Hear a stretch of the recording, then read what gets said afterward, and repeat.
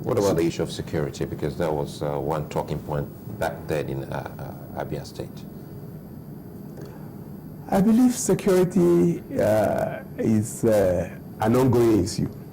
When the present government did well with security act, because at some point Abia State was impossible to travel to. Of course, we must also give credit to the then Chief of Army Staff, General Hejruka, who actually rolled out the army.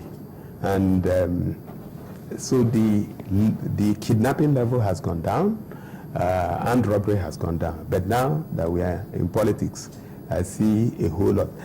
I'm happy to be there, but sometimes I don't feel very safe for the simple reason that... Tell us about that part, because, I mean, several states, they keep signing a peace accord to ensure they tell their supporters, don't be violent, even in the face of provocation. That's the lead mantra. How are you keying into that? Well, for us, we... those who know me know that I will never engage myself in violence. And, but then we did sign the peace accord. But unfortunately, PDP in the state has continued to break that peace accord. They don't believe that elections should be free and fair. People are apprehensive every day. You get calls about what they are planning, how they are planning to rig elections, how they are planning to institutionalize violence. How do you mean when you say they're breaking it? Yes. There's a recent story which you may have heard about how I was attacked on Monday in Iguano when I went for campaigns. Friday last week, I was to go to Ukwa, and I was told that the governor had scheduled a trip to Ukwa that morning, and it was not on the cards before then.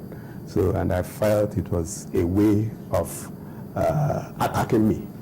So I stayed away. I asked my people to just stay away. The first thing they did in the morning was to go to the venue of the town hall meeting in Ukwa West.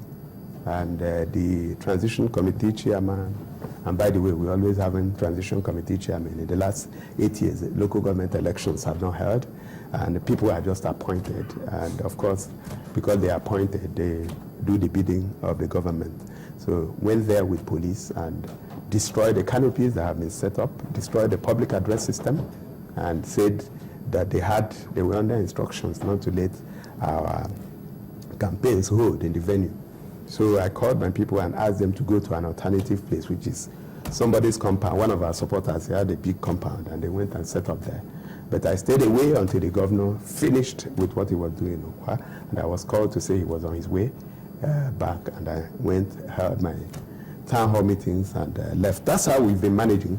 But on Monday, we went to Iguano. Before I went, I had a call that 3 venues where we were supposed to hold town hall meetings, the 2 of them had been invaded by thugs led by the TC chairman, transition committee chairman, and the DPO in charge of Iguano local government. DPO? DPO. And so when I made a call, I said, please, can you show them the approval we have from the Commissioner of Police to hold this town hall meetings? By the way, you are not supposed to go for approvals, but we did go for approvals. And I say, well, they were under instructions not to let their town hall meetings. Not that the DPO thought that laws were about to be violated. No. So, and that was it. So I asked them to set up in an alternative venue, like I always did. We always had an alternative venue. So we went, and they called me to say we were ready to go. So I left with my convoy. And on getting to the first place, a lot of people were there, but that was not the first venue. That was not the first scheduled venue. So we went further and found that PDP had blocked with their bus the road leading to Oloko. We stayed there for a while and then eventually decided to make a U-turn to go back to that first venue. And as I was addressing the crowd, and there were a whole lot of people that came out, we saw people hurling stones at us and throwing explosives and, in fact, disrupting the program.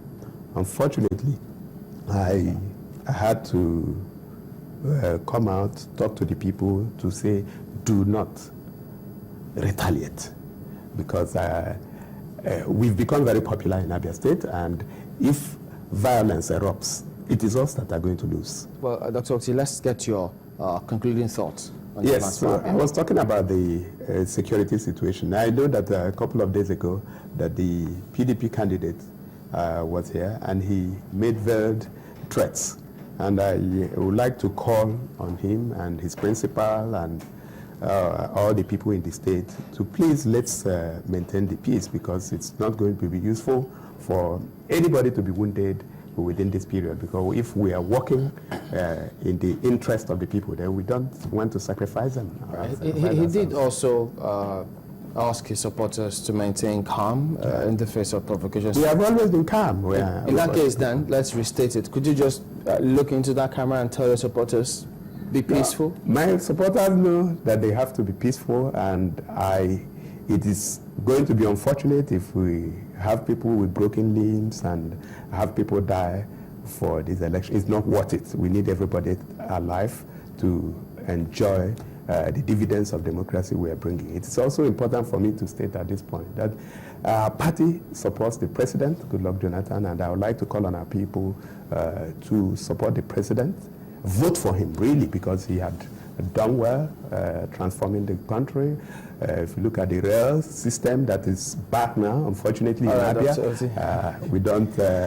Thank you. Well, now we've seen the politician and you coming out from the private sector. Yeah. Thank you for coming on. Dr. Alex Oti is now the governorship candidate of the All Progressive Grand Alliance in Abia State. Thank you for coming on this morning. Thank you for having me. Have a lovely day. That's the show today. Thank you for watching. I'm Chamberlain also. Well, thank you. I'm Maokwe Ogun. Well, many thanks. I'm Sulaiman Alede. Goodbye.